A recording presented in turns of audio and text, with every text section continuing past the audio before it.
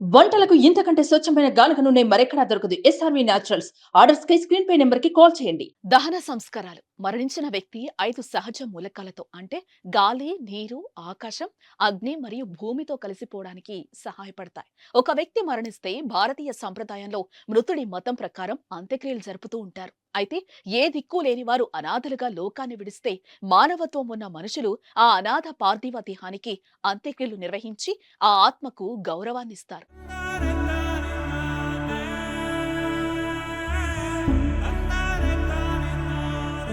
అయితే ఇప్పుడు చెప్పుకోబోయే ఈ అమ్మ అలాంటి అనాథల పాలిట కొడుకే తలకొరివి పెడుతూ వాళ్ళ ఆత్మ శాంతించేలా చేస్తున్నారు. ఒక్కరు కాదు, ఇద్దరు కాదు, వందల మందికి అంతిమ సంస్కారాలు జరిపించి అనాథల పాలిట అమ్మాయిందే. అంతేకాదు, చిల్డ్రన్ హోమ్, ఓల్డేజ్ హోమ్ పెట్టి వేలాది మందికి నిత్యం సేవలు చేస్తున్నారు. ఆ ఆదర్శవంతమైన అమ్మ గురించి మరిన్ని విషయాలు తెలుసుకుందాం.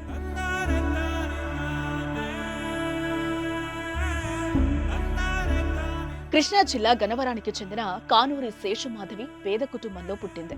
తల్లిదండ్రులకు ఒక్కతే కూతురు కావడంతో మాధవిని కొడుకులా పెంచారు ఆ తల్లిదండ్రులు. చిన్నతనం నుంచే ప్రతి పనిలో మగవారికి ఏ పనిలో తీసుకోకుండా పోటీ పడేది. అయితే తెలిసి తెలియని వయసులో సొంత మేనమామ బాలకోటేశ్వరరావుతో పెళ్లి చేశారు పెద్దవాళ్లు. కొన్నేళ్లు కాపురం తర్వాత 2 పిల్లలు పుట్టారు. కానీ ఇష్టం లేని సంసారం చేయడం కష్టమనుకున్న అతడు మాధవిని వదిలేసి వేరే అమ్మాయితో వెళ్లిపోయాడు. దీంతో ఒంటరిదైన మాధవి తండ్రి చూపిన ధైర్యంతో పిల్లలను ఉన్నత చదువులు చదివిస్తోంది.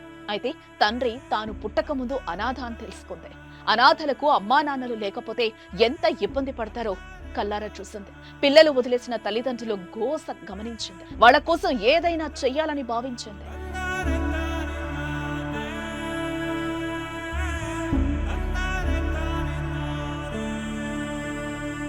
తండ్రి నుంచి వచ్చిన ఆస్తిలో కొంత అమ్మింది. భర్త తనని వద్దనుకున్నా అతడిపై ప్రేమతో అతని పేరు మీదే 2017వ సంవత్సరంలో బీకేఆర్ ఓల్డేజ్ హోమ్ తో పాటు చిల్డ్రన్ హోమ్ స్టార్ట్ చేసింది.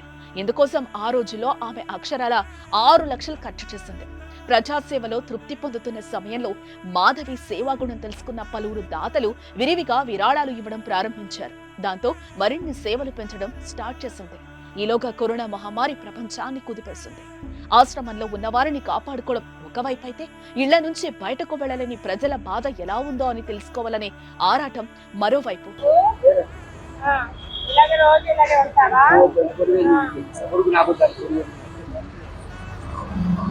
ఈ తర్జన భర్జనలో కరోనా లాక్డౌన్ సమయంలో ధైర్యంగా బయటకెళ్లింది. అడ్డుకున్న పోలీసులను కన్విన్స్ చేసింది. వేలాది మందికి భోజనాలు అందించింది. లక్షలాది విరాళాలు ఖర్చు చేసింది. ఆ సమయంలో ఆశ్రమానికి మరింత పేరొచ్చింది. ఎవరూ లేని అనాథలు, కొడుకులు వదిలేసిన తల్లిదండ్రులు ఆమె చెంతకు చేరడం ఎక్కువైంది. ప్రస్తుతం ఆమె దగ్గర 30 మంది చిన్నారులు, 50 మంది వృద్ధులు ఆశ్రయం పొందుతున్నారు. అయితే ఇక్కడికొచ్చిన వృద్ధులకు సపర్యలు స్వయంగా ఆమె చేస్తారు. వారందరికీ ఆమె వడ్డిస్తారు. వంట చేయడానికి మాత్రం వర్కర్లను పెట్టుకుంటారు. విజయవాడ ఫ్లైఓవర్ కింద అభాగ్యులకి, అనాథులకి మరి ఒక పట్టెడన్నం పెట్టాలనే సంకల్పంతో మేమే సొంతంగా ప్రిపేర్ చేసుకొని తీసుకెళ్తున్నాము. అందులో భాగంగానే మీ అందరికీ కూడా ఒక చిన్న రిక్వెస్ట్, ఎవరైనా వాళ్ళకి హెల్ప్ చేయాలనుకుంటే మమ్మల్ని కాంటాక్ట్ చేయక్కర్లేదు. అక్కడ విజయవాడ ఫ్లైఓవర్ దగ్గర ప్రతి ఒక్కరు కూడా వారికి సహాయ సహకారాలు అందించాలని మనస్ఫూర్తిగా కోరుకుంటూ, మీ Kanuri Seshumadhavi, BKR foundation. Thank you very much. ఆశ్రమంలో చనిపోయిన అనాథలకైనా, వృద్ధులకైనా ఘనంగా దహన సంస్కారాలు చేస్తారు. తానే స్వయంగా తలకొరివి పెట్టడం అభినందనీయమనే చెప్పాలి. అయితే మనసున్న దాతలు మరిన్ని విరాళాలు అందిస్తే మరికొంతమందికి సేవ చేస్తానంటున్నారు ఈ ఆదర్శవంతమైన మహిళ మాధవి. ఏదేమైనా ఓ మహిళ అయ్యుండి అనాథలకు అంతిమ సంస్కారాలు చేయడమే కాక తానే స్వయంగా తలకొరివి పెడుతూ అంతిమ సంస్కారాల అమ్మగా నిలిచిపోయారు. హ్యాట్స్ ఆఫ్ టు మాధవి గారు.